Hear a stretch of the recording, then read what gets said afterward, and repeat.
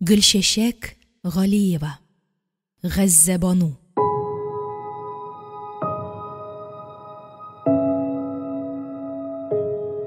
Ғәззәбану үзеннән соң ишек алдында ниләр булганын, кайнанасының улы белән елап күрешкәннәрен, икенче киленен мөлаем елмаеп каршылавын берсен дә күрмәде. Чаршау артындагы мендәренә капланып, юк, ул инде минеке түгел, башканыкы, Маһирәнеке. Мин җүләр нәрсә дип монда калдым соң? Шушы ачык азапларны күреп яшь түгәр өченме дип üzгәләнеп елады да елады. Көндәшенең дә тиз генә өйгә керергә аягы тартмады бугай. Моны башкалар да сизде булса кирәк. Ишек алдында озаграк юану җаен карадылар. Өйгә башлап кергән Зариф абзый килененең елаудан туктап бераз тынычлана төшкәнен күргәч, рәхмәт балакаем. Зинһар сабыр бул. Тешеңне кысып булса да түзәргә кара, сынатма. Бары да узар Аллаһы буерса дип, килене ягында булуын сиздерәсе килде. Өй алдыннан Зөлкамалның "Әйдәгез балалар, өйгә керегез" дигән тавышын ишетүгә, Ғәззәбану тиз генә кеше якка узды. Маһирә сап-сары итеп юылган баскыч такталарын, өй алды сайгакларын күрүгә гаҗәпкә калып, суклануын яшерә алмады. Зөлкамал олы килененең кеше якта икәнен белеп, аңа ишеттерерлек итеп: "Эй, безнең Ғәззәбануның кулы тисәме? Аның бар эшләгән эше шулай көлеп тора, Аллага шөкер. Әле аның пешергән ризыкларын ашап карасагыз, телләрегезне йотарсыз" дип, олы килененең дә күңелен күтәрергә тырышты. Өйгә керүгә Маһирәнең күзе тәрәзә төпләре тулы гөлләргә төште. Гөлләрегез дә гөлләрегез, ниндиләре генә юк. Ак, ал, кызыл чәчәкләргә төрелгән яраннар, кына, тамчы гөл, исле гөл, тагы әллә нинди мин белмәгән гөлләр дә бар икән дип, ян тәрәзәгә таба атлады. Апай, менә бу гөлне әкелен генә каккалап куйсаң, зилә дә тәмле ис чыга. Әни гөл шулай итә. Минем әни үстелә алалны. Ул алал белән сөйләшә дә әле. Су сибәлгә әнигә мин дә буласам, дип Хафиз исле гөлне йомшак кына каккалап күрсәтте. Шуннан да гөлнең хуш исе бөтен өйгә таралды. Маһирә ишетелер-ишетелмәс кенә: "Матурым, әниең кайда соң синең?" дип сорап куйды. "Кечкенә якта. Ул сине такта ялыгыннан калады да калады, әби югында." Баланың кычкырып әйткән бу җавабыннан көндәшләр бик уңайсыз хәлдә калып, нишләргә дә белмәделәр. Берсе нигә бу сорауны биргәненә, икенчесе бала алдында ярыктан көндәшен күзәткәненә үкенеп бетә алмады. Булай да күзгә күз очрашудан куркып торган көндәшләрнең хәле тагын да авырайды. Кинәт кенә: "Әнкәй, утырышып беттегезме инде? Бәлешне чыгарам" дип, һич көтмәгәндә Ғәззәбануның тыныч кына дәшүеннән барысы да җиңел сулап куйды. Зөлкамал тиз генә һәр кеше турысына кашыклар таратып чыкты. Маһирә үзенә тигән агач кашыкны әйләндергәләп карый башлауга, шулпылар чыңлавын ишетеп, сагаеп калды. Бәлеш күтәреп чыккан Ғәззәбануны һәм аның илаһи гүзәллеген күреп каушап та китте кебек. Кулындагы кашыгын кая куярга белмәгәндәй аптырады. Җитмәсә, аны ялгыш идәнгә үк төшереп җибәрде. Үткер күзле Зариф абзый яшь килененең бу халәтен аңлап, тиз генә бисмилласын әйтеп, кулына пычак алды. Бәлешне түгәрәкләп кисеп, табындагылар санынча өлешләргә бүлеп чыкты. Пары чыгып торган кайнар бәлештән авыздан сулар китерерлек искиткеч тәмле ис бөтен өйгә аңкыды. Һәммәсенең дә күзе Зариф абзыйда. Көтәләр. Шул чак Маһирә иренең атасына үтә дә охшаш булуын һәм икесенең дә бөтен яктан килгән матур кешеләр икәнлеген күреп, кабат сыкланды. Җәһәт кенә Хафизга да күз салды. Бабасы белән әтисенең балачакларын күрәсен килсә, шушы малайга гына карарга кирәктер дигән уй белән иелеп, Хафизның маңгаеннан үбеп алды. "Менә син нинди бәхетле икәнсең" дигәндәй, көндәшенә карап куйганын сизми дә калды. Күзләр очрашты. Күз уклары чагышудан очкыннар чәчрәмәсә дә, бу мизгелдә эшләрендә нинди ялкыннар дөрләп киткәнен көндәшләр үзләре генә белгәндер. Зариф абзый янә бисмилласын әйтеп, бәлештән авыз итте дә: "Бик тәмле булган. Хафиз улым, телеңне тотып аша, яме, я ялгыш йотып җибәрерсең" дип шаяртып, башкаларны да бәлешкә җитешергә чакырды. Барысы да тәмләп ашарга кереште. Тик Маһирә генә сәерсенебрәк нидер көткәндәй утырды. Нургали аңа ярдәмгә килеп: "Әни, бәлешне салырга тәлинкәләр бирсәң әйбәт булыр иде" диде. Улым, бәлешнеке минде тәлинкәгә салып ашый булмаганны, бәлешне ничек ашаганнарыңны әллә оныткансың да инде. Кайнар көе тәмләп кенә ашагыз әле, үзебезчә. Маһирә нәрсә соң әле үземне сынатып утырам дигәндәй кашыгын тутырып алып кабуы булды. Авызын кулы белән каплап, дип ахылдарга тотынмасынмы. Йота да алмый, кире чыгарырга да уңайсыз. Җитмәсә, яннарында утырган Хафиз көлә-көлә, «Элеп кабалаланы, элеп капсаң авыз пешми ул, менә миңа кала баша син», димәсенме. Нургали Гәззәбануга кырыс кына караш ташлап, «Чыгар инде бер тәлинкә», диде. «Юкка мәшәкатьләнмәгез, зинһар. Хәзер ничек ашарга икәнен белдем инде. Элеп кабалга киләк икән бит, әле ярый Хафиз иләтте», дип барында күлдереп, Маһирә үзенең уңайсыз хәлдә калганын җиңеләйтә төште. Тик көндәш инде. Шул кирәк сиңа. Нургали белән дә шулай авызың пешсә шәп булыр иде, дип уйлап куйды Гәззәбану. Чыннан да бәлеш бигрәк тәмле булган. Хафиз да булышкан ахыры, юкса бабаң әйтмешли, телләреңне үк йотарлык булмас иде бу. Туа тумыштан мондый тәмле бәлеш ашаганым юк иде әле минем, дип Маһирә сүзен дәвам итте. Юк, син нәрсә?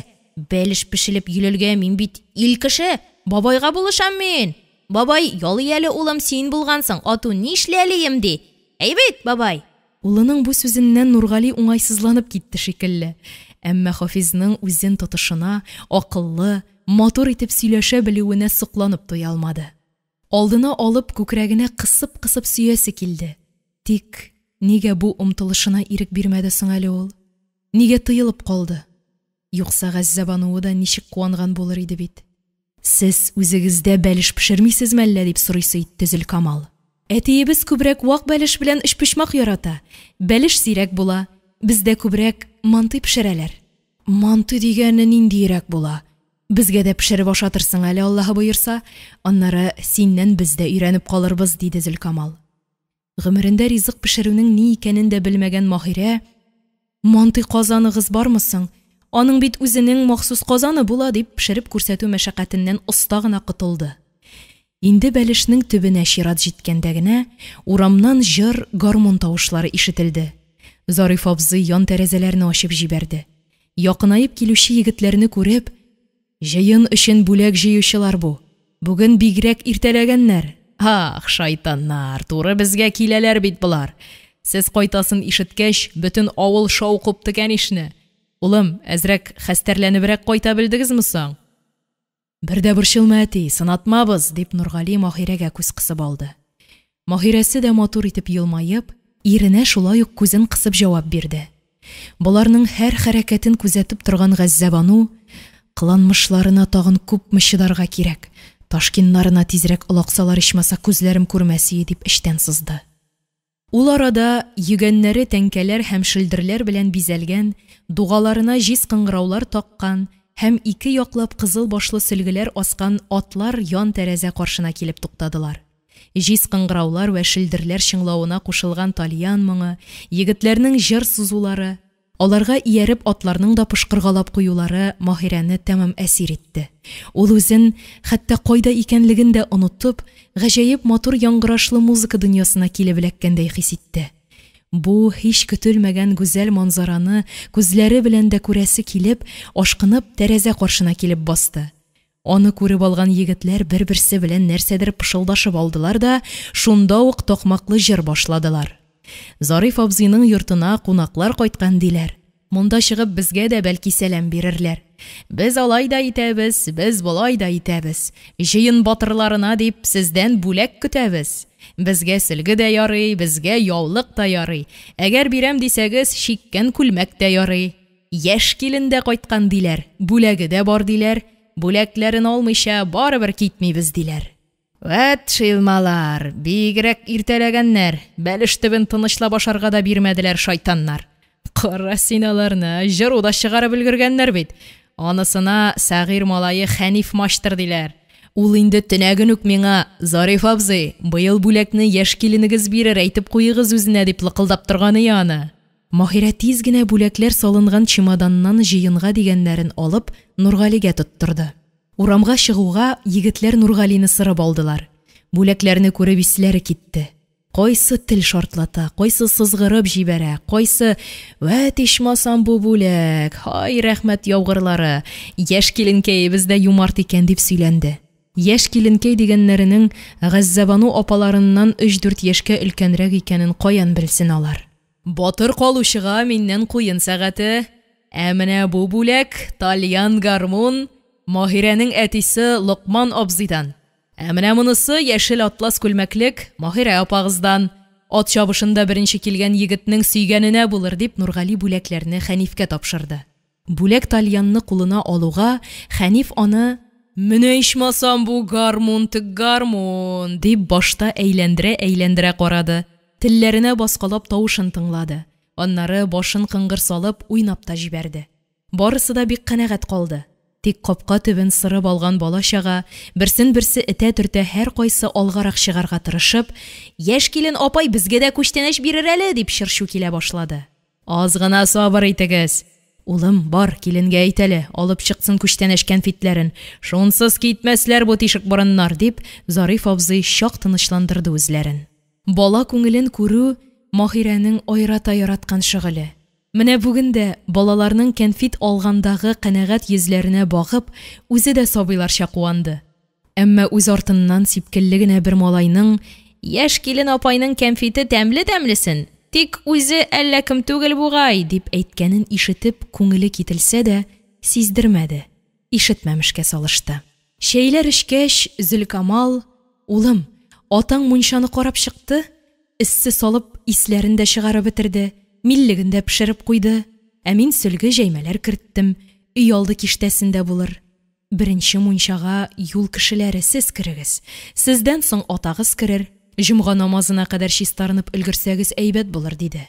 Нургали авызын ачып өлгергәнче, Маһирә тыныч кына: «Беренче мунчага Нургали син Гәззәбану белән кер инде» дип, әле Нургалигә, әле көндәшенә карап алды. Һич тә моны көтмәгән Гәззәбану Маһирәгә ягымлы гына күз ташлап: «Я, син ни әйтерсең» дигәндәй Нургалигә текәлде. Ә анысы сүзсез генә мыек астыннан елмайды да, җәһәт кенә Гәззәбануны җитәкләп, очар коштай булып ишеккә юнәлде. Алар артыннан Хафиз: «Әни дим, мин дә синең белән киләм» дип кузгалуга, бабасы: «Юк, без синең белән икәү керербез, яме? Минем арканы синнән дә шәп ышкучы юк бит, улым. Ә хәзер чаптарны таллыкка су буена алып төшик. Аның да эчәсе киләдер» дип оныгын үзенә ияртте. Аларга бик теләп әбисе дә кушылды. Ишек алдына чыгу белән Зариф бакча башындагы мунчага таба серле генә кагып, эче тулы башкан куанычын карчыгына сиздертәсе итте. Зөлкамалы да: «Аллаһым ярдәм итсен, бер үк ярдәм итә күрсен» дип елмаеп, картының шатлыгын уртаклашырга ашыкты. Маһирә үзен никадәр тыныч тотарга тырышса да, булдыра алмады бичара. Күңелендәге көнчелек галәмәте ташкын булып бөтен җанын биләп алды. Нургалиянең үзенә күз дә төшермичә, Гәззәбануы белән шатланып ишектән чыгып китүләре бәгырен телгәләде. Бу минутларда ул Нургалигә рәнҗеп тә куймады микән әле. Бала чагыннан ук шикләнмәгән иркенлектә, үтә дә иркә булып, гел үзе теләгәнчә генә яшәргә күнеккән Маһирә беренче мәртәбә үзен кимсетелгән кебек тойды. Нургали белән Гәззәбануның мунчада кылынырга мөмкин булган бөтен назлы гамәлләре бер-бер артлы күз алдына килде. Җәһәт кенә тәрәзәгә борылып, мөлдерәмә тулы кайнар күз яшьләрен тыя алмыйча, тын гына елап җибәрде. Зөлкамал өйгә керүгә, тәрәзә ягына сөялеп, буйыгып торган Маһирәнең сулыгып киткән йөзен күреп: «Маһирә кызым, өйлә намазына кадәр ак келәткә чыгып ятып бераз ял итеп алмыйсыңмы?» дип сорады. «Әйбәт булыр иде. Озак юлдан хәйран арылган» дип Маһирә риза булды. Балакайларым мунчадан чыкканда күз көйеге булып утырмасын әле дип уйлап, үз тапкырлыгына үзе куанып, яшь киленен ак келәткә озатты Зөлкамал. Саҗидәнең төше. Ул көнне Саҗидә гаҗәеп бер төш күреп уянды. Үтә дә ачык, нәкъ өндәге кебек иде ул төш. Янәшәсендә изрәп йоклап яткан җан кисәген шәйләп алмаган булса, төшен өненнән айыра алмыйча шактый иләс-миләс килеп яткан булыр иде әле. Болай да төшендәге бөтен вөҗүден яулап алган шатлык хисләреннән тиз генә аерылырга теләми иде ул. Иренә текәлеп, өнемдәге хыялларым матур төш булып кереп, Куанычым күңелем кесәсеннән мөлдерәмә ташып торган чакта ничек әле син җаныкаем таралып йоклап ятасың дип пышылдады. Әле ул гынамы? Нурисламының ирененнән бик тәмләп бер үбеп тә куйды. Тегесе сискәнеп киткәндәй, "Нишләвең бу тагы? Торырга иртәдер бит әле", диде дә дорфа гына икенче ягына борылып ятты. Күр инде бу хәлне. Эй, бәгырь кисәгемдер шул.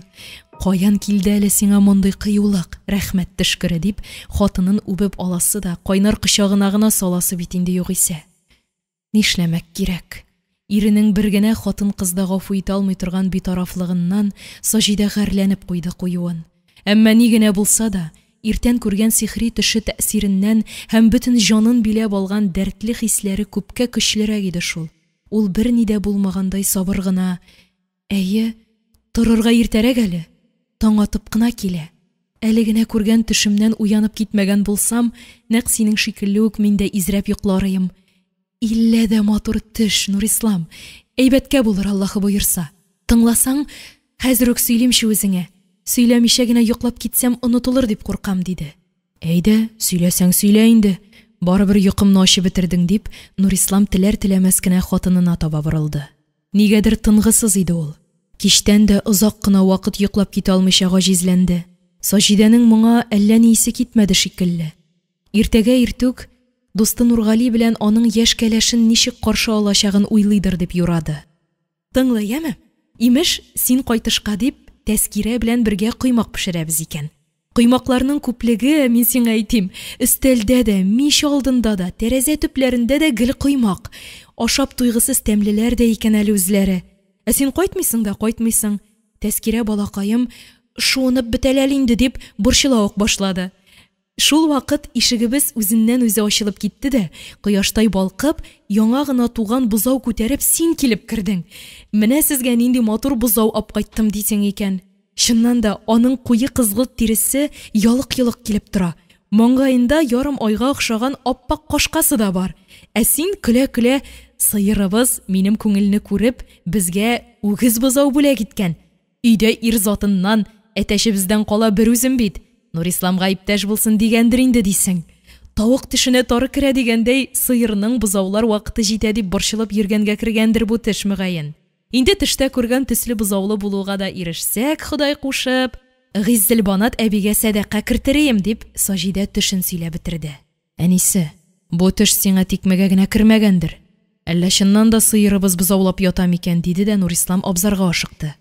Озак көттерми генә: "Шөкер, бары да әйбәт. Сыерыбыз абзарны тутырып тыныч кына күшәп ята. Шәт, тиздән бозаулап та куяр, Аллаһы боерса", дип шатланып кереп тә җитте.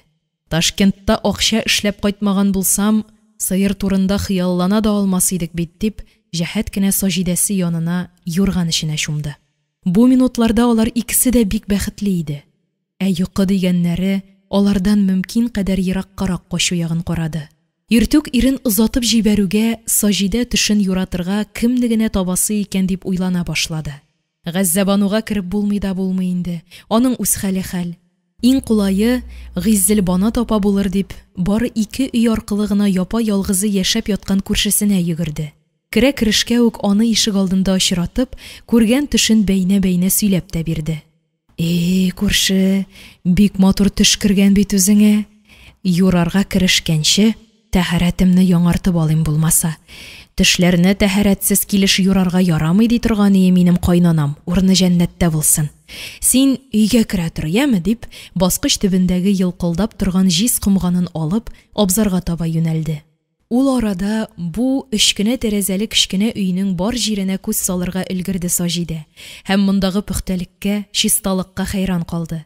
Тәрәзәләрендә кашагалы аппак пәрдәләр, тәрәзә араларына эленгән кызыл башлы сөлгеләр, өстәлендә сөлгеләренә охшаш итеп сугылган киндер ашъяулык. Бөтен өйгә нурлар сибеп өстәлдә утырган зур җиз самавыр. Түрсәке өстенә ак сарык юныннан басылган калын киез келәм җәелгән. Өйнең бер почмагында сыек кына зәңгәр су төс биреп акшарланган мич. Әйтәм җирле Гиззелбанат тәйнең мише бер дә саргаймый, акшарына синке кушадыр мөгаен. Мич авызы ягына кыр чәчәкләре рәсеме төшкән яшел сатин чаршау кырылган. Чаршауы да тәрәзә пәрдәләре шикелле бөреп тегелгән, кашагалы. Ян тәрәзәдән төшкән кояш нурлары чаршаудагы чәчәкләргә җан өргән диярсең. Хәтта алар җил белән чайкалып та куялар шикелле. Гүя өйнең шушы почмагыннан чәчәкле алан башланып китә. Саҗидәнең шул аланга кереп, зәңгәр күккә карап хыялланып ятасы килеп китте. Ихтыярсыз шунда таба атлый ук башлады. Әмма идәнгә күзе төшүгә тукталып калды. Гәрәбәдәй сап-сары сайгакларга басарга кыймады булса кирәк. Ишек яңагына сөялеп, җанына ләззәт биргән шушы өйнең эшен бөтен барлыгы белән яңадан күзеннән үткәрде. Монда хәтта кояшның да иң якты, иң шаян нурлары гына төшә торгандыр мөгаен. Әнә тәрәзә каршындагы балан яфраклары аша үтеп, алар өй диварларына, идән сайгакларына шелтәрле бизәкләр ясап уйныйлар. Өстәлдә утырган мәгърур самавыр, ишек өстендәге пыяла астына кысалап эленгән аятел көрси, кушкардагы лампаның үтә чиста пыяласы бу шаян нурларны үзләренә җыялар да, шунда кечкенә кояшчыклар ясап балкыйлар. Ишек ачылуга Саҗидә айнып киткәндәй булды. Эй, Гыйзелбанат апай җаным, синең шикелле үз өендә оҗмах ясап, аның бөтен җирен матурлыкка төреп яшәүче тагын кем бар икән безнең авылда? Һәр әйбереңнән әллә нинди сихри нур бөркелә. Моннан билләһи дип әйтәм, чыгып та китәсе килми. Үземнең дә алай тиз генә чыгарып җибәрәсем килми әле сине. Төшеңне генә юрыйк та, җыен көнне күрше-күлән, таныш-белешләр, бала-чага керсә дип пешереп куйган бавырсак, кортлы сумсаларым белән тәмләп чәй эчәрбез. Ясаган кортлы маем да бик тәмле чыкты бу юлы. Ә менә мин ялгыз карчыкның күңелен күреп, өемне мактап әйткән җылы сүзләрең белән күңелем күкләренә ай кояшлар иңдердең, Саҗидә, керләр чайкый сай җирдә дип җырлап җибәрерлек иттең бит, әй. Аллаһының рәхмәтләре яусын сиңа, күршекәем. Тәнеңә саулык, җаныңа тынычлык бирсен Ходаем. Төшеңә килгәндә, минемчә, сыерыгыз шушы көннәрдә хәүф-хәтәрсез генә бозаулар буйырган булса, нәкъ син күргәнчә аның төсе дә кызгылт, үзе үгез бозауда булыр дип тәгаенләп кенә әйтә алмыйм. Әмма Нурисламның шул кадәр шатланып йортыгызга яшь тере хайван күтәреп керүе үзегезгә зур дәүләт киләчәген сиздерә шикелле. Барысы да Аллаһы Тәгалә ихтыярында. Бирәм дисәме? Амин, шулай гына була күрсен. Авызыңа балдамай, күршекәем. Ә менә мин Гыйзелбанаттай, башкачарак юраганыем. Бәлки ул тормышка ашмас хыялым гынадыр. Бозавы инде аның билгеле бозау көтеп йөргәнгә кергәндер. Әйтәләр бит, тавык төшенә тары кергән, шүпли-шүпли ары беткән дип. Бигрәк тә Нурисламның үземә иптәшкә бер ир заты булсын диюен. Мин әйтәм, тәмам тазарып, яңадан балага уза башлармын микән әллә. Алла кушып, шулай була калса, арада берәрсенең малай булып куюы да бик ихтимал бит. Моңарчы мине гаепләп җаныма тимәсә дә, ир баласы булмаганга кимсенеп йөри икән бит җаныкаем. Соңгы вакытта үземдә бер сәер үзгәреш тә сизә башладым бит әле. Әйтергә дә оят хәтта. Ярый, әйтәм инде алайса. Зинһар өчен гаеп итә күрмә. Ни хикмәттер, Нурисламым белән бергә буласым гына килеп тора башлады бит ләгин. Ничек аңлатырга да белмим инде. Ә ул берни сизми, гырлый-гырлый йоклавын белә. Тикмәгә генә түгелдер бу Гыйзелбанаттай, җаным. Тәскирәмә узар алдыннан да нәкъ шулай булганыем. Син менә киләчәктә зур дәүләтле булырсыз дип юрадың. Бәлки ул дәүләт алда туачак балаларымдыр, кем белгән. Алардан да зур байлыктагы нәрсә булырга мөмкин. Эх, илләмәгәр Аллаһның рәхмәте белән шулай килеп чыкса, сарыгымның бер бәрәнен ихтә итмичә садакага багышларым. Гыйзелбанаттай җаным, әйдәле авырсынмыйча гына ишемне үзеңчә баскалап карале. Ә бәлки, я инде зинһар өчен, бүлдерми генә тыңла инде гызыремне. Карап торам да, тагын бер карап куям дигәндәй, син чыннан да бик каты үзгәргәнсең бит, күрше, хәерлегә булсын, диде Гыйзелбанат. Әмма сәкедә балкып яткан Саҗидәнең өмет тулы мөлдерәмә күзләрен күргәч, хәтта каушап китте. Ничек итеп, өметләнмә, син кичергән авырудан соң мин белгән бер генә хатын кызның да балага узганы һәм аны җитлектереп таба алганы юк әле дип әйтә алсын. Шулай да җайлап кына, ниемә дип бу кадәр алгысынасың соң әле сине? Инде шушы язмышыңа да риза булмасаң, Аллам сакласын. Әле кайчан гына үлем көтеп яткан вакытларыңны оныттыңмыни? Аннары төннәрен үз җаныңда шундый күркәм халәт туа башлаган икән, нигә дип аңа шул кадәр сәерсенәсең әле син? Бу бит бик табигый хәл, һәм ул синең тәмам тазарып, тулы канлы булып яши башлавыңның бәхете ачылу дигән сүз. Иреңнән бер дә уялып торасың юк. Алар аны ничек кенә яраталар әле, җан кисәгем. Күпме хатын-кыз шушы бәхеттән мәхрүм, беләсеңме син шуны? Менә ни өчен кайбер ирләр, минем хатын әллә нинди шунда, тәне дә салкын, җаны да салкын, ята шунда, бүрәнә дә бүрәнә, ул да бүрәнә дип, читтән кайнар кочак эзли башлыйлар. Ә синең Нурисламың бөтенләй башка. Үзенә ярый алмаган чакларыңда да ташламады бит ул сине. Тазарагына күрсен дип, нинди генә җимешләр ташымады, акчасыннан да үзмәде. Әнә, ахиретен Газзабануга карап, азрак гыйбрәт алыр идең ичмасам. Бар булганына шөкер ит тә, эй бер Аллаһым, тигезлегемнән, саулыгымнан аерма, үзең сөеп биргән бердән бер балама бәхет бир дип телә. Юк белән үзеңне дә, иреңне дә борчыма дип үгетләп тә карады Гиззелбанат. Вәләкин файдасыз. Саҗидә киресенчә күңелсезләнә генә барды. Үзеңне дә, иреңне дә, мине дә юк белән борчыма дигән сүзләрдән соң бөтенләй коелып төште. Күз яшьләрен түгеп, елый ук башлады. Үзең бигрәк тиз үпкәлисең инде, акыллым. Ярар, әйдә карап карыйм булмаса. Тик бик тыныч ят, эшеңне катырма, яме, дип эшкә керешкән булды. Ә башында бер генә, фәкать бер генә уй бөтерелде. Юк, бөтен вөҗүден көйдереп алырлык хакыйкатьне ачып, кабат сүндерергә ярамый бу баланы. Шушы көтеп алынган җыен бәйрәме көннәрендә генә булса да балкып йөрсен әле. Авыруыннан соң аякка басып китсә дә, 2 ел буена пыскып яткан күмер төсле генә яшәде бит ул. Көйрәп тә китә алмый, сүнеп тә бетми. Шөкер, уянып килә икән лабаса. Җитмәсә, бүген яшь кәләшен ияртеп, дуслары Нургали дә кайта. Ташкенттан кайткан әрсез кәләш алдында күңелсезләнеп йөреп, нишу сынатырга. Эй, күрше, тикмәгә генә ымсынып йөрмисең ахры син. Менә бу төшеңдән нидер тоям бит, тоям дигән булды. Аллаһының кодрәте киңдер, җитенне әйләндерсә кимдер дип әйтергә ярата иде картым. Урыны җәннәтнең түрендә булгыры. Тик караны, бер кемгә дә әйтәсе булма, хәтта Нурисламыңа да. Алдан кычкырган күкенең башы ярыла дигәнне беләсеңме? Яман күзләрдән, яман телләрдән Аллам сакласын. Мондый вакытында хатын-кызга үтә дә күз тиючән була, ишетсен колагың. Вакыты җиткәч, үзем әйтермен. Сабыр гына көт, балакаем. Җыеннар үтеп, Нургалиләрне озаткач, бер иркен арада тагын бер карармын, Аллаһы боерса. Бу сүзләрдән соң Саҗидә сикереп торды да, Гиззелбанатның кулларын үбә-үбә булай диде. Чын, кыйып куйган духтыр бит син. Мине үлемнән йолып алучы да син булдың бит, рәхмәт төшкере. Әллә нинди гыйлемлекләрең бар бит, каян килә алар сиңа, Гиззелбанаттай җаным. Менә хәзер дә, нәкъ мин көткәнне әйттең дә бирдең бит. Бая әйткән садакам сиңа булыр буйырган булса. Бу тормыш дигәннәре иркенләп, рәхәтләнеп бер утырган да юк. Үзең турында да никтер берни сөйләмисең. Газза белән безнең шикелле төп бу авылныкы түгел икәнеңне ишеткәнем бар-барын. Шуннан кала берни дә белмим. Әйе, мин дә сезнең шикелле үк бу авылга килен булып төшкән кыз, диде дә, тормышындагы хәтта сөйләргә дә ярамый торган фаҗигали вакыйгалары исенә төшеп, авыр сулап куйды.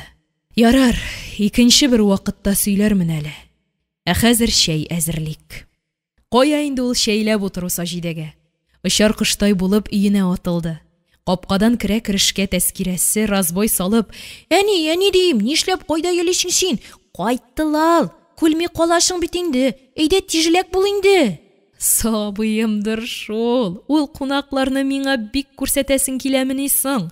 Ә минем беләсең килсә, алардан бигрәк әтиеңне күрәсем килә. Әтиеңне күрә алдыңмы соң? Кайда калды әле үзе? Кайда калсын шунда? Теге матур апай кунак апай янында утырып тора. Әни, син ул апайның үҗен күрсәңме? Кимнәлен күрсәң? Хафизның әтише дә безнең авылдагы әтиләр төшле түгел икән ул. Үҗе матур, үҗе әллә кем төшле. Кунак апайны ышаттың инде алайса, әйме? Әйе, Хафизның әтише кунакка әнә нинди матур апай кайткан. Анда шундый күңелле малайлар, кызлар, бүтән ише кунакларны калый. Безнең әти нишләп үҗигенә кайтты икән ул? Сабыйның бу соравына Саҗидә эченнән генә Аллага шөкер дип уйласа да, түзмәде, күлемсерәп куйды. Нигә көләшең син әни, Миңа ышанмасаң, үҗең көл дә кала, дип иреннәрен турсайтып үпкәсен белдерде Тәскирә. Үпкәләмә инде. Сиңа ышанмыйча кемгә ышаныйм соң мин? Шулай да анда кирип йөрмәскә булдым әле. Син тизрәк әтиеңне алып чыга алсаң, бик шәп булыр ие. Коймаклар суына әни безне көтә борчыла дигән яме? Бар кызым, бар. Мин тиз генә коймакларны пешерә башлыйм. Күп тә үтмәде, алар аталы-кызлы көлешә-көлешә җитәкләшеп кайтып та керделәр. Әтиләре бик серле генә елмаеп, «Әнисе, коймакларың шуынамыни шың?» дип Саҗидәгә күз кысып алды. Анысын суынса да җылытып булыр әле, менә сине көтә-көтә коймак пешерүче үзе суынып китсә, анысын ничек җылытырсың икән? Шәт, без дә аптырап калмабыз, Саҗидә. Аулак кына бер җирдә кер чайкарбыз сай җирдә. Кел чайкалга миндә балам, дип ашыга-ашыга Тәскирә дә сүзгә кушылды. Өчесе дә дөньяларын онытып, рәхәтләнеп көлештеләр. Җомга намазы. Ул көнне җомга намазына килүчеләр шул кадәр күп булды ки, мәчетнең ишегенә түгел, хәтта алгы ягында да халык шыгрым тулы иде. Мәхәлләдәгеләрдән тыш, читтән җыенга килгән кунаклар да бик теләп катнашты бу намазга. 70-тән үтеп баручы, гаять зур мәгълүматлы, көйүктә генә түгел, тирә-күрше авыл халкының да хөрмәтен казанган Фарук мулла вәкарь белән генә михрабка үтте. Җомга намазына килгән бихисап халыкның балкып торган йөзләрен күреп, «Субханалла, бәрәкалла, әлхәмдүлиллаһ. Бу шатлыклы көннәрне дә безләргә, синең каршыңа баш иеп килүчеләргә насыйп әйләдең бер Аллаһым, шөкер. Моннан соң да рәхмәтеңнән бер үк ташлама. Кабат ачлык михнәтләрен күрсәтмә», диде. Намаз халкы аны дәррәү «Амин» дип җөпләп куйды. Бу намазга яшьләрнең һәм ата-бабага ияреп, бәйрәмчә киенгән сабыйларның күпләп килүләре Фарук мулланы айрата куандырды. Алгы рәттә Зариф абзый белән үтә дә затлы киемнәрдән Нургали, алар уртасында ифрат та горур кыяфәттә басып торучы Хафиз, 3 буын булдымы? Янәдә алар янында 90 яшьләрдәге Сәгыйр абзый, аның улы 70ләр тирәсендәге Кадир, аның да 50ләргә җитеп килүче улы Сабир һәм Сабирның улы яшь егет Захир. Булары 4 буын. 4 буын! Шөкер, Аллаһы Тәгаләм юлындагы 40 елларга сузылган хезмәтләрем бушка китмәгән икән дигән уй белән рухланып, Мулла абзый бу елгы җомга вәгазен аеруча тәэсирле итеп башкарды. Ошбу илаһи вәгазьдән соң укылган намаз да гадәти генә булмады шикелле. Аның үтәдән үтә ихлас укылуы өлкәнрәкләрнең яшь тулы мөлдерәмә күзләрендә бик ачык чагыла иде. Намаз артыннан ачлыктан үлгән барлык әрвахларның рухларына багышлап, озаклап дуга кылдылар. Мулла абзыйның ачлыктан тилмереп үлгән авылдашлары рухына дигән бу изге дугасын бүген беренче мәртәбә һәрберсенең тулы исемен атап багышлавы да халыкка нык тәэсир итте. Чөнки мәрхүмнәрнең саны бихисап иде шул. Шак катарсың. Хәзрәт ник берсен онытып калдырсын? Аның хәтер байлыгына, зиһененең зирәклегенә сокланмаган кеше калмагандыр мөгаен. Инде аның гомере буе авылдагы һәр үлемне көне сәгате белән калын дәфтәренә генә түгел, күңел дәфтәренә дә яза барганын моңарчы күпләр абайламагандыр да. Халык тарала башлагач, Фарук мулла Зариф абзыйларга сөйләшәсе сүз барлыгын искәртеп, калырга кушты. Сөйләшү вакытында Хафизның булмавын теләде. Хәл-әхвәл сорашканнан соң, ул Нургалиның Ташкентта укыткан никахы белән кызыксынуын белдерде. Моннан 3 ел элек без синең читтә кабат никахлашуың турында ишеттек. Инде менә яшь хатыныңны авылга да алып кайткансың икән. Анда өйләнүең ничегрәк килеп чыкты соң, Нургали улым, дип, мәхәлләнең айрата үзе никахлаган һәр кешесе өчен Аллаһы Тәгалә каршында үзенең гаять җаваплы булуын искәртеп, сорау арты сорау яудырды хәзрәт. Кабат өйләнеп куюым, Мулла абзый, үзем өчен дә көтелмәгәнрәк хәл булды ул. Бу турыда әтинең дә бик беләсе килә. Әгәр рөхсәт итсәгез, өйләнү тарихымны сезгә яхшырак аңлашылсын өчен тулырак итеп сөйләми булмастыр мөгаен. Хуҗабыз Лукман абзый эшли башлаган көннәремнән үк нигәдер бик якын итте мине. Өйләренә дә чакыргалый башлады. Маһирәне беренче мәртәбә күрүем дә шунда булды. Ул Петербургта гимназиядә укыган бик гыйлемле, акыллы кыз. Ташкентта акушерлар әзерли торган техникумда урыс телен укыта икән. Әтисе кушкач, мине дә укыта башлады бу. Аннан соң Лукман абзый үзе дә сәүдә буенча зур белгечләр чакырып, миңа дәресләр бирдертте. Барысы да сәләтле егет, монда өмет бар дип мактый тордылар. Миңа аларда кай вакытларда кунып та калырга туры килгәләде. Менә шулай бер-беребезгә гел ияләшә башлаганбыздыр инде. Лукман абзыйның хатыны Зәйнәп апа да миңа улым дип кенә дәшә торган булды. Алардагы ашау-эчүне әйтеп тә торасы юк, бер дә галәмәт. Баштарак ялыбрак торсам да, соңрак кыюланып та киттем бугай. Без укымаган авыл малайлары нәрсә беләбез инде? Маһирә мине тора-бара әкренләп, кайда, ни вакытларда үзеңне ничек тотарга, ничек киенергә, хәтта ничек сөйләшергә кирәклеген дә өйрәтүне үз өстенә алды. Үзенә Маһирә туташ дип дәшәргә кушты. Шулай бер көнне мин буларга килеп керсәм, Маһирә пианино дигән уен коралында уйнап җырлап утыра. Озын, бик тә озын вә моңлы көй, әллә нишләп киттем. Җырлавыннан туктамаса гына ярар дип, сиздермичә генә якынрак килеп тыңлый башладым. Йөрәкләрне телгәләп, күздән яшьләр агыза торган үзәк-өзгеч җыр. Төн уртасы җиткәч тә бер кыз елый, Зөлхиҗҗә. Яшь гомерем заяга, ай үтә дип Зөлхиҗҗә. Бөтенләй көтмәгәндә җыр өзелде. Я Ходаем, ни күрәм? Маһирә кулларына капланып, нигәдер елый ук башлады. Миңа ничек сиздермичә кергән булсам, шулай ук чыгып та китәргә кирәккәндер бәлки. Мин җүләр баш, Маһирә туташ, сиңа ни булды дип аның иңнәренә кагылганымны сизми дә калдым. Ул сискәнеп башын күтәрде дә, ишетелер-ишетелмәс кенә, нигә син монда? Җырымны да ишеттеңме дип миңа таба борылды. Әмма елавыннан туктый алмыйча күз яшьләренә чыланып беткән йөзе белән күкрәгемә капланды. Мин нишләргә дә белми каттым да калдым. Маһирә минем бу хәләтемне башкачарак аңлады дип әйтимме? Зинһар, гафу ит диде дә, куллары белән йөзен каплап, тиз генә икенче бүлмәгә кереп югалды. Берәр атна тирәсе аларга барырга кыймый йөрдем. Гәрчә күңелем көндә шунда тартылса да. Бер көнне Лукман абзый үзе: "Нургали, бүген эштән соң кичке ашка безгә рәхим ит. Хәзер бер җиргә сугылыйк әле", диде. Эш буенча чакыра торгандыр дип уйладым. Ул миңа модный киемнәр сайлау өчен булган икән. Булай да үз башым ярамаслык түгелен.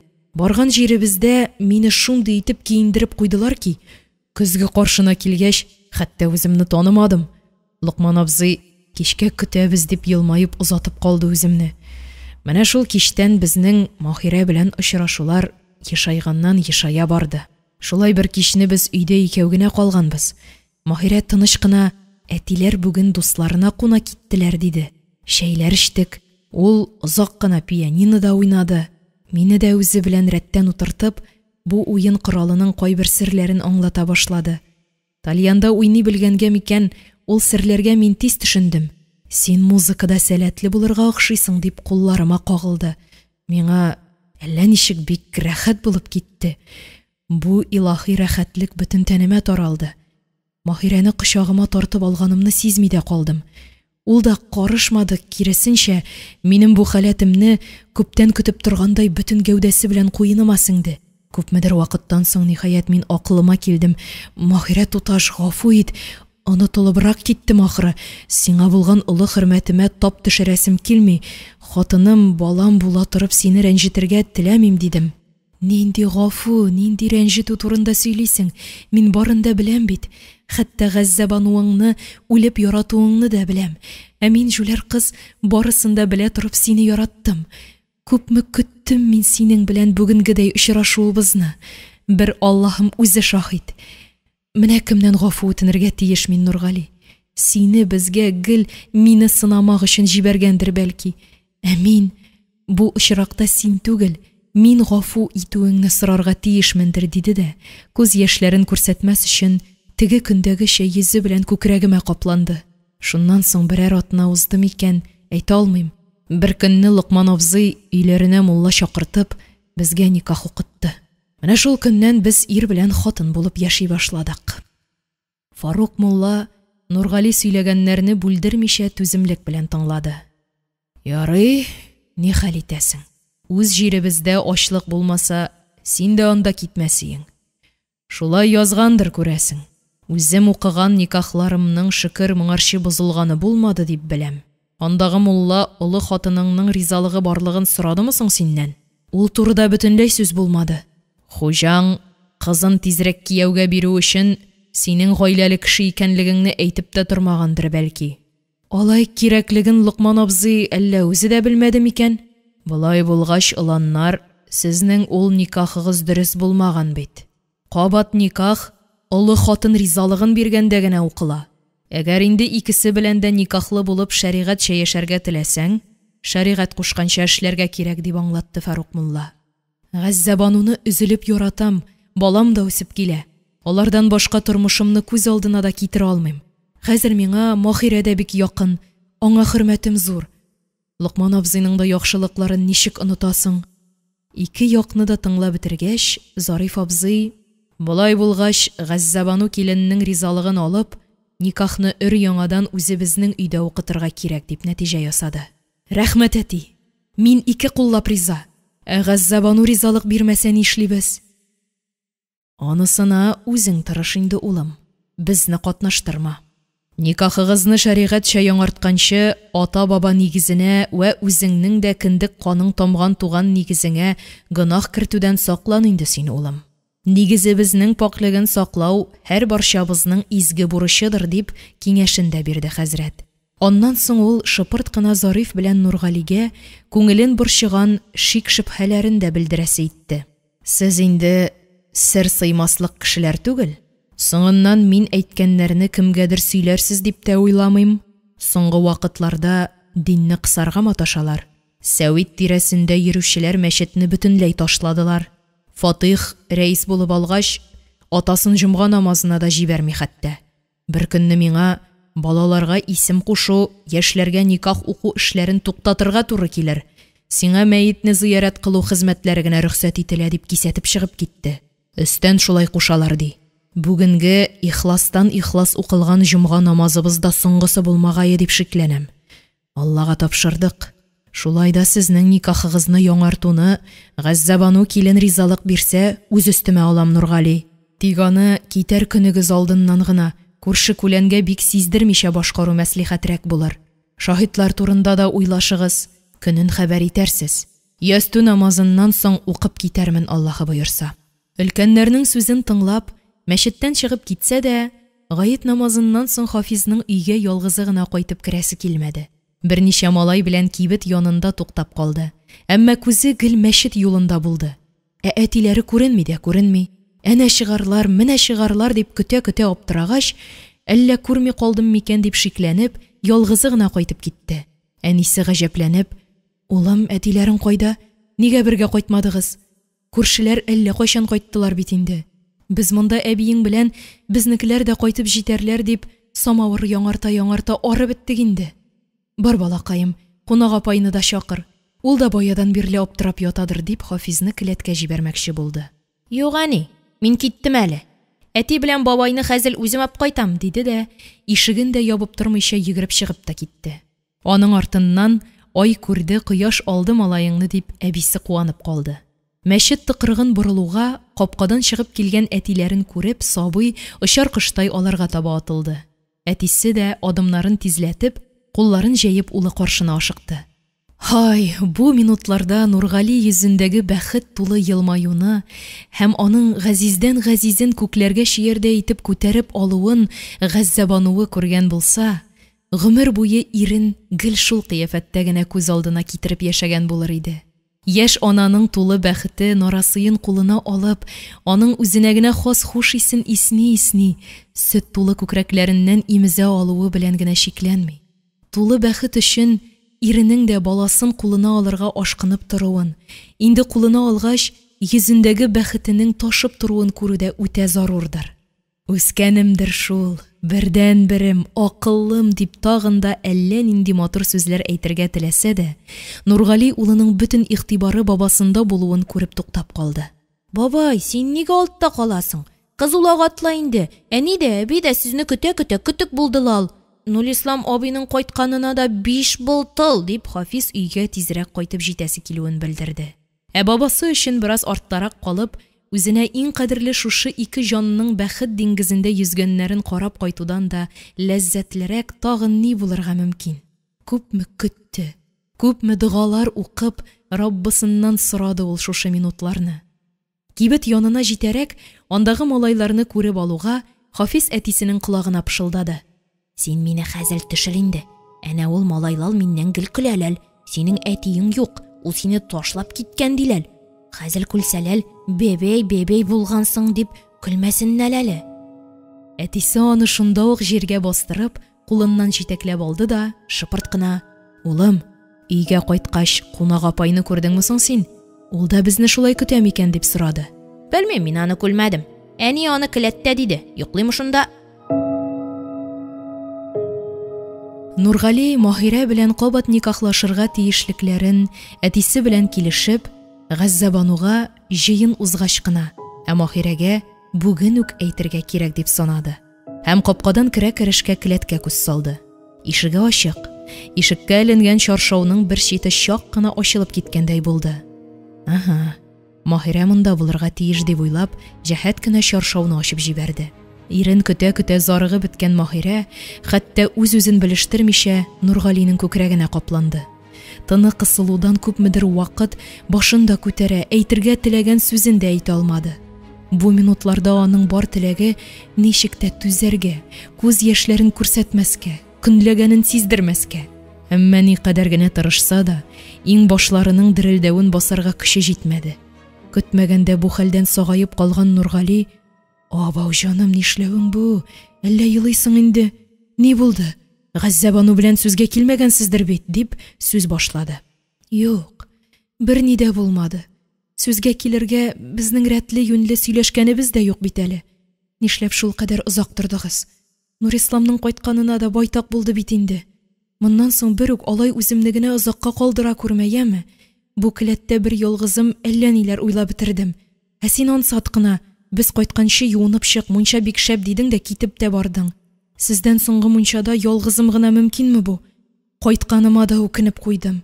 Әле бер башланмаган тагын 11 көн торасы бар бит. Ничекләр генә түзәрмен", диде дә, яшь толы мөлдерәмә күзләрен иренә күрсәтмәс өчен кабат аның күкрәгенә капланды. "Маһирә, тукта бәгыр, алай түземсезләнмә. Сабыр бул. Әле моңарчы уйлап та карамаган яңа сынаулар көтә икән бит безне. Монысына бигрәк тә син әзер булырга тиеш."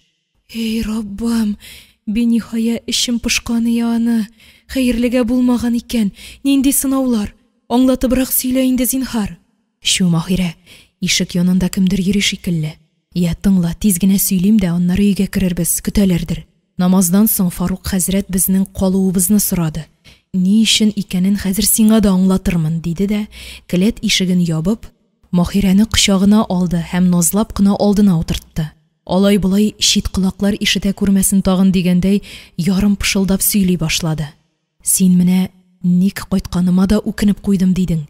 Менә безгә Аллаһыбыз үзе кушкан булып чыкты бит әле. Бүлдермә. Ничек дип инде, сабыр гына тыңласаңчы. Ишек алдында кемдер йөри бугай." Кемдер дип шикләнгәне, ялгыз чакларында аз булса да сөйләшеп алсыннар инде балакайлар дип, келәт белән абзар арасында вакыт сузып йөргән Зариф иде. "Фарук хәзрәт безнең ничек никахлашуыбызны җентекләп сорашты.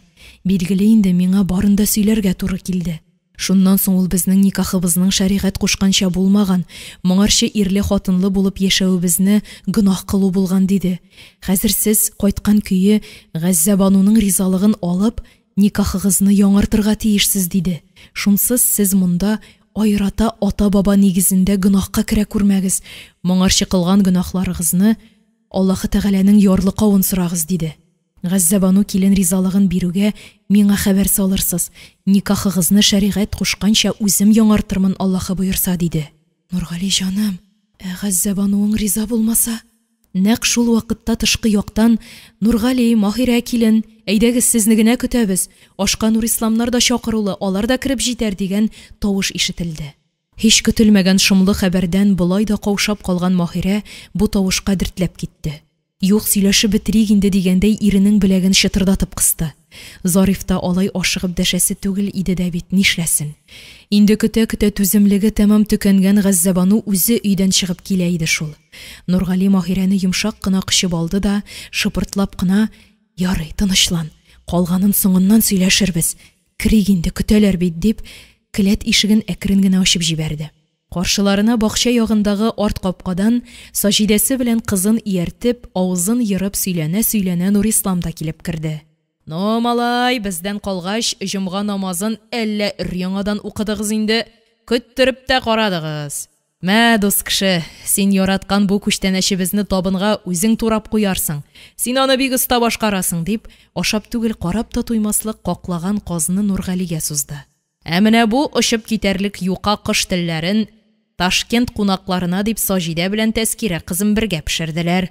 Авыз итеп каралы Маһирә, Нургалиеңә дә каптыр, бәлки әле ошатып та куяр. Маһирәгә бу минутларда үзен кулга алу авыр, бик авыр иде. Нурисламнарга елмаярга тырышуын да күңеле белән түгел, фақат ачылыр-ачылмас иреннәре аркылы гына көчкә сытып чыгара алды. Күзләре исә кызын җитәкләп бераз гына читтәрәк басып торган мөлаим йөзле Саҗидәгә төбәлде. Нурисламның җылы сүзләре һәм үзен туганнарча якын тотуы эссез калмады, әлбәттә. Маһирәгә дә җан кергәндәй булды. "Менә нинди матур кешеләрсез, рәхмәт тышкырлары", диде дә бер кош телен кабып та җибәрде. "Бигрәк тәмле булган, авызда эреп кенә китә", дип, җамаякны үз кулына алды. Ни гаҗәп, йотып җибәргән шушы кечкенә генә бер кош теленнән җанына сихәт тапкандай, хәтта тынычланып киткәндәй булды. Саҗидә белән очрашуны шөбһәләнебрәк көтә иде ул. Ни генә дисәң дә көндәшенең ахирәте бит. Шөкер, рәхмәтле Аллам.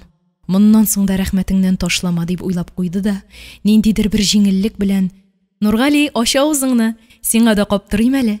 Әткәй әйтмешли, тик телеңне тотып тор, йотып җибәрә күрмә, белә аны", дип, иренең шаярып зур итеп ачкан авызына бер кош телен шудырып та җибәрде. "Аба, бу кош теленең тәмлелеге, үләм, кош теле белән үз телемне дә йотып җибәргәнмен бит. Эй, Тәскирә матурым, ичмаса син дә тотып калмадың инде, нишләрбез икән?" Рәхәтләнеп көлештеләр. Өлкәннәрнең бу матур шаяртулары Тәскирәгә бик тә ошады. Бөгелә сыгыла бөтен ишек алдын яңгыратып көлде балакай. Гөнаһсыз сабыйның шулай онытылып көлүен Маһирә шелтерәп аккан чишмә тавышына тиңләде. "Сайрар сандугач син", дип сыкланып, Тәскирәнең алсуланып торган бит уртасыннан үбеп алды һәм баланың гел йодрыклап торган бер кулына игътибар итте. "Акыллым, син дә миңа күчтәнәч алып кирдеңме әллә? Баядан бирле карап торам, уң кулыңда нидер бар түгелме соң?" дип сорап куйды. "Әйе", Тәскирә ушын ачып җибәрде. Карасалар, кызыл билле бер перәннек, ушында озак тотудандыр дымлана да башлаган. "Шиңа түгел, Хафижга ул күчтәнәч. Шиңа булды бит инде." "Кешеләрнең Хафижы бар икән бит, кунак апасы. Син әле белмисеңдер", дип Нурислам да сүзгә кушылды. Тагын рәхәтләнеп көлештеләр. Бала белән шулай мәш килгәндә, чулпыларын шыңлатып, Гәззәбану да күренде. "Карале буларны, бездән башка гына бәйрәмне әллә монда ясап яталар инде. Кайчаннан бирле без аларны көтеп утырабыз. Киттек әнисе, әле менә күршеләр кергәч кенә бераз тоткарландык", дип Нургали Гәззәсен култыклап алды.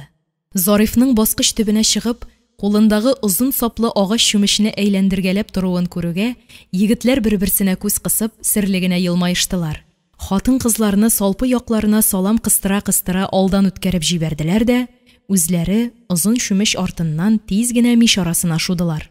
Мич башының горур падишаһы, чиләк ярым керешле мәһабәт шүлмәк яныннан кайсы гына ир туктап сәлам бирмичә үтә алыр икән. Мич кырыена җайлы гына кечкенә баскычта куелган булып чыкты. "Башта шүлмәкнең тышкы ягына колагыгызны куеп, аның ичке җанын тыңлап карагыз. Сезне көтә башлаганына бүген нәкъ бер ай", диде Зариф. Егетләрдә шаян. Нурислам шүлмәккә колагын куюга: "Субханалла, әйбәт, бик әйбәт пашылды җан кисәгем. Беләсезме, мин моны нәрсәгә охшатам? Хатын-кызлар төн уртасы җитәрәк нидер пышылдап, әкрен генә безнең җылы куенга кереп сеңәләр бит әле. Шүлмәкнең эчке җаны да нәкъ шулай пышылдый. Малай, әллә ниләрне искә төшерә бу, дип хыялга бирелде. Азып барасыз, тәмам азып барасыз бит, шайтаннар, дип елмаеп куйды Зариф. Ярар, ни генә булса да, газиз башкайларыгыз сау булсын, дип бисмилласын әйтте дә шүлмәк авызын ачып җибәрде. Хай, моннан бөркелеп чыккан искитмәле гаҗәеп хуш ис тынга килеп капланды да, күңелләрне иләсләндереп җибәрде.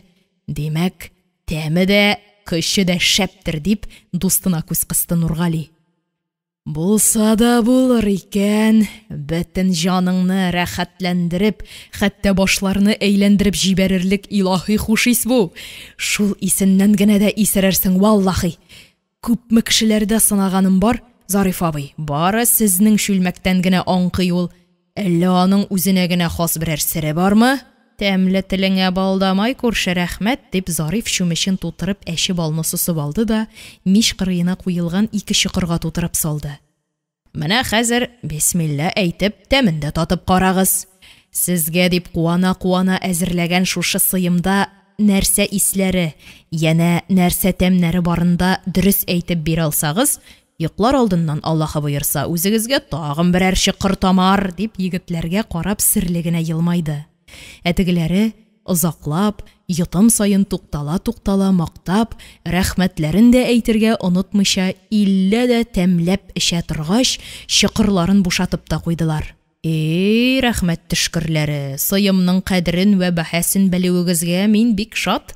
Менә монысы әче бал артыннан кабымлыгы буладыр, дип Зариф икесенә дә тәлинкәгә кечкенә генә шакмаклап киселгән сап-сары кәрәзле балның берәр кисәген алып кабарга кушты. Әти, син бу малай шул гомер авылга кайтмый торгач, бал кортлары турында да уйлап карамады. Әче балымның да тәмен күптән онытып бетергәндер инде, дип уйлаганың мәллә?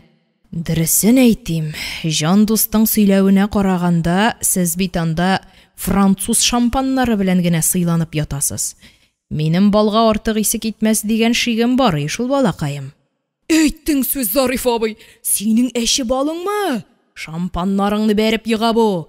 Француз үзе дә бу балны татып карасамы, валлаһи дип әйтәм, шампанын бер читкә этеп кенә куярые. Тек бу хәзинә аларга тәтеми шул. Зариф абый, бездән яшермичә дөресен генә әйт әле. Ничекләр ирешәсең син бу осталыкка? Әллә берәр серле дугасын беләсең инде, диде дә Нурислам чокырындагы соңгы тамчысында ятып куйды. Ничә ел бердән бер улын көтеп, сагыш утларында янган Зарифның күңеле тәмам тулышты. Шатлыктан мөлдерәмә күзләрен Нурислам белән янәшә басып торган Газизеннән аерып ала алмады. Кирфек араларыннан ихтыярсыз шатлык яше сыгылып чыкты. Бәхетле, бик бәхетле иде ул бу минутларда. Үзен җирдә түгел, күкнең 7нче катында итеп хис итте. Хәрәкәтләре җиңел, күңеле каядыр очына. Карап торышка да яшәреп үк китте хәтта. Кайтканнан бирле улының үзенә булган олы ихтирамын тоеп ләззәтләнде Зариф. Ата күңелен бәхетле итәр өчен әллә ни күп тә кирәкми шул. Көтмәгәндә мич арасында икенче бәхетле җан, йөзенә кояшта елмаю кунаклаган Зөлкамал пәйда булды. Кара әле буларны! Безнең якка чыгарга уйламыйлар да. Шүлмәк булгач, шул җиткән ахыры. Калган сүзегезне табын янында сөйләшерсез. Әтисе, син олы кеше, ризыкны озак көттерү бер дә яраган эш түгел. Үзең белергә тиеш, кызларны да көттермәгез. Ярый, карчык, хәзер чыгабыз, дип Зариф карчыгын җайлап кына аркасыннан сөя-сөя аш бүлмәсенә озатты да, тиз генә тагын тулыр-тулмас бер чүмеч әче балны өчесенә бүлеп чыкырларга салып куйды. Шул арада ул Нурисламның кайбер сорауларына кыскача гына булса да җавап бирергә ашыкты. Беренчедән, диде ул, мин әче балга башкалардан аермалы буларак чүпрә салмыйм. Аның урынына балның ипиен, ягъни дә чыршын салам. Урыслар аны пирга диләр. Шуңа күрә әче балның хуш исе дә, сыйфаты да яхшы саклана. Дөрес, минем балның исерткеч көче азрак. Акыллы кешегә аның кирәге дә шуның кадәр генә. Ә инде артыннан кәрәзле бал кабып җибәрсәң, әче балның тәнгә көч, дәрт бирү сәләтен бермә-бер арттыра. Ә син, улым, бая биргән сорауыма җавап табып карале. Бүгенге әче балыңа әти юкә балы исе белән безнең яссы аланда гына була торган ис китмәле хуш исләр бергә кушылган да шушы чүлмәккә тулган. Ә безнең яссы алан гел юкә агачлары белән уралган. Шунда гына без икебез утырткан шомырт та бар бит әле. Юкә белән шомырт чәчәкләрен бергә кушып иснәп карасагыз, шулар янына яссы аланның тагы бер хәзинәсе, кайын җиләге тәлгәшләрендә кушып иснәсәгез, нинди генә чәчәкләр үсми анда әти, Миләүшә, инҗе чәчәкләре исләрендә кушып иснәсәң, эй, әттәгенәсе. Нурислам дус, син ничектер? Ә мин шушы сихри чүлмәктән аңкыган баш әйләндерерлек хуш исләрдән инде исердем дә бугай. Эх, әти, белсәң иде минем сагынуларымны. Рәхмәт, улым. Ташкин кияү булып бетте ахыры бу малай дип шактый борчылган идем. Туган ягыңның ямен дә, балымның тәмен дә онытмаган икәнсең әле шөкер. Әммә дә улым монысы гына бик аз. Нәни чагыңнан ук бик яраткан яссы аланың, су буйларың, ниһаять, бабаларыңнан калган иң изге җир туган нигезең сине көтә, балакаем. Рәнҗетмә аларны. Тизрәк кайту ягын кара инде син, улым.